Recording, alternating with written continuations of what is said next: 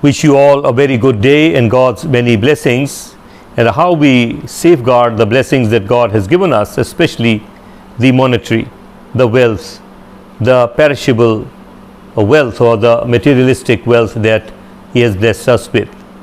Do we count on a life that is lived one day at a time, and praying every day, give us today our daily bread?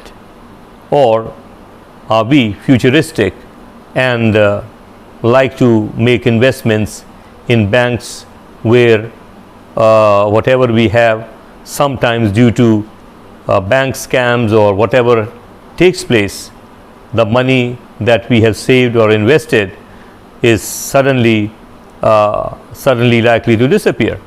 Well, this is what the Bible says, and Jesus in St. Matthew's Gospel, chapter 6, verse 19 says, "Do not store up riches for yourselves here on earth, where moths and rust destroy, and robbers break in and steal.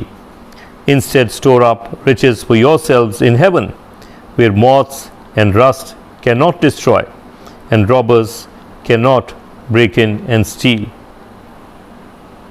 Now, this is a bank. The credibility of this bank manager is Jesus Christ, who is giving us the assurance. Now, how does one reach this materialistic wealth to heaven, where the assurance is moth and rust do not destroy, nor robbers break in and steal? Well, how does one transfer this money into a bank in heaven? Well, there is a simple way. Whatever God has given us is given that it might be shared with those who are underprivileged, those who are deprived, those to look after whom God has given us this stewardship by blessing us, that we might look after those who are under or given under our care. Do we like to be stingy, harsh with them, or do we want to be very generous and kind to them?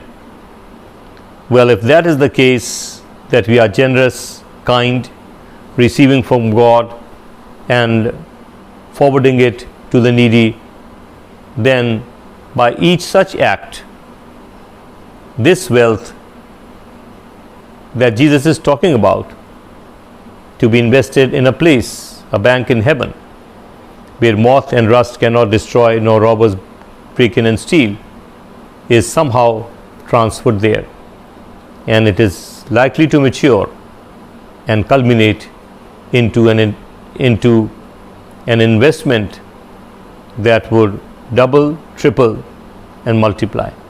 God bless us. Amen. आप सबको जय मसीह की, और आज का दिन मुबारक हो। ये प्रभु की आशीषें जो हमको मिली हैं, हम इनको संभाल करके रखना चाहते हैं, बांटना चाहते हैं, या फिर हम एक ऐसी जगह रखने चाहते हैं जहाँ पर ना चोर चोरी कर सकें, ना जंक लगे और ना कीड़ा लगे। और इसके लिए प्रभु यीशु का सुझाव है कि अपने जो हमारी मत्ती की इंजील के 6 अध्याय के 19वें और 20वें पद में प्रभु यीशु कहते हैं, अपने लिए पृथ्वी पर धन इकट्ठा ना करो, जहाँ कीड़ा और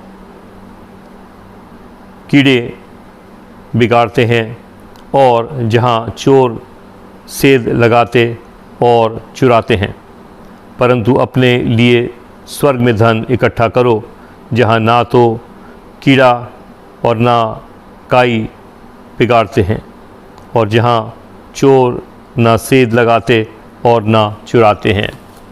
ये आखिरकार जो हमें पृथ्वी पर आशीषें मिली हैं, हम तो चाहते हैं, प्रेम हो जाता है धन दौलत से, और इस धन दौलत के नशे में शायद हम इतने मगन हो जाते हैं कि हमें गरीब ज़रूरतमंद भूल जाते हैं।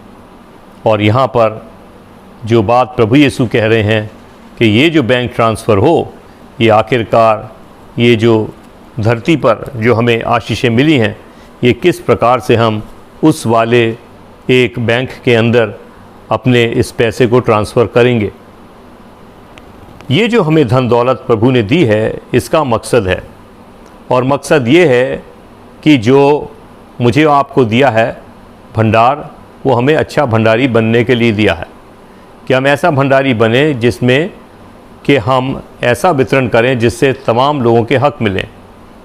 जो लोग हमारी देख रेख में दिए गए हैं उनको भरपेट रोटी मिले, उनके प्रति हमारा स्वभाव बड़ा अच्छा हो, नम्र स्वभाव हो, और उनकी हर ज़रूरत को, उनकी भूख, उनकी प्यास को मैं और आप मिटा सकें।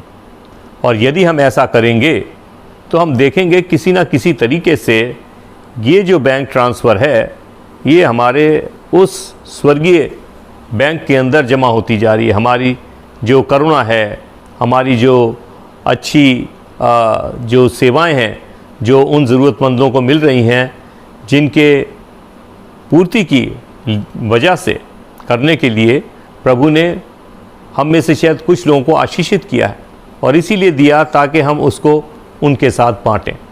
और यदि हम स्वार्थ से इसको जीवन को जी रहे हैं तो शायद वो कीड़ा तो लग चुका है, लेकिन अभी मौका है कि मैं और आप इस दी हुई संपत्ति को लोगों के साथ बाँटें, ज़रूरतमंदों के साथ, जो भूखे हैं, प्यासे हैं, नंगे हैं।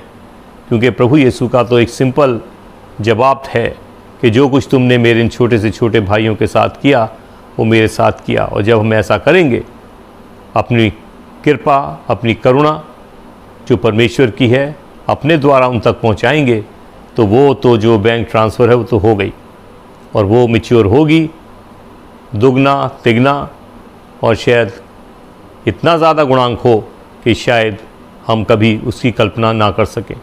तो मेरी परमेश्वर से विनती है कि हमारे स्वभाव, हमारी धन दौलत और जो भी आशीषें प्रभु ने दी हैं वो तब्दील हों, और हम बजाय स्वार्थ से रखने के बजाय या जोड़ने के धरती पर स्वर्ग मत जोड़ें। और ये तभी संभव है जब हम एक दूसरे की ज़रूरत को समझ के उसकी पूर्ति करेंगे। आमीन।